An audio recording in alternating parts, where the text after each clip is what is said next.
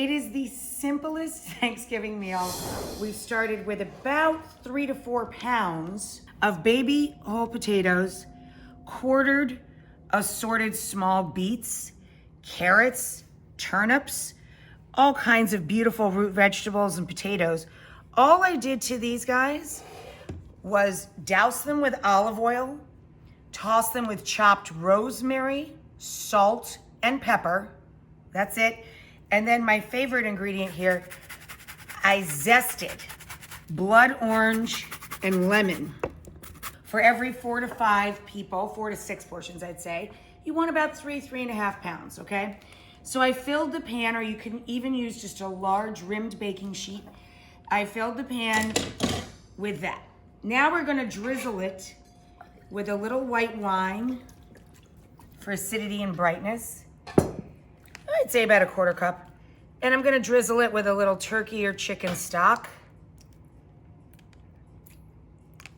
This is bone broth, a little bone broth, okay? And I had to marinate this because it needs at least an hour in the fridge for me. You could do it overnight, of course, the day before. But this is our boneless 5-pound turkey breast. So 4 to 5 pounds, again, 4 to 6 people, small Thanksgiving gatherings this year, right? But this is what I made this marinade from. 1 cup packed sage, parsley, thyme, juice of 1/2 lemon, big fat clove of garlic, fat tablespoon of Dijon, Worcestershire, and soy sauce each. I used a whiskey soy sauce that John loves. So all of that went into the food processor with roughly 1/4 cup of olive oil. I salt and peppered our turkey breast. That's all that I did to this, okay? And then you let it marinate. I did that right in a plastic food storage bag.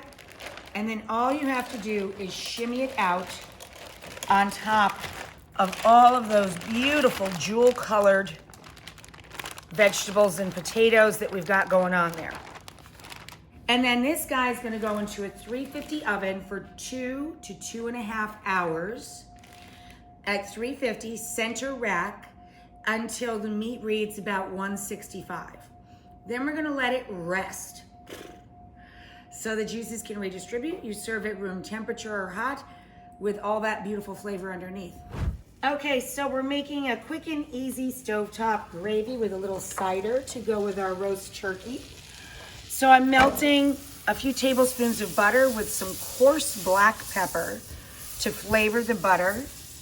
And we're gonna sprinkle in about an equal amount of flour, or you could use potato starch if you wanted to make it gluten-free. Give that a little whisk. And the markets are flooded with gravy enhancers. I always just add a little Worcestershire sauce to my gravy.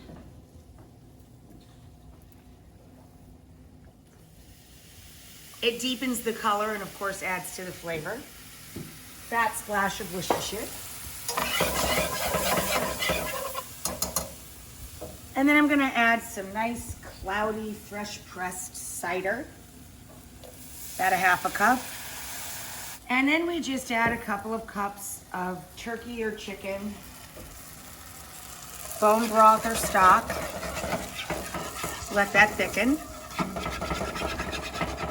If you want to add a splash of cream, go ahead. If you want to add a little Dijon, go ahead. But this is a great kind of all-purpose, simple base. And we just let this thicken up just to coat the back of a spoon. Meanwhile, here we have our cranberries, 1 bag, 12 ounces of cranberries, 1 large orange peel, about 3/4 cup of sugar, and a cup of water. That'll cook down in the next few minutes. It only takes about 12, 15 minutes tops. So this is our turkey breast that's rested. And we've got our cracked cranberries on the side, our cider gravy. This is our melange of jewel-colored beets, turnips, carrots, whole baby potatoes,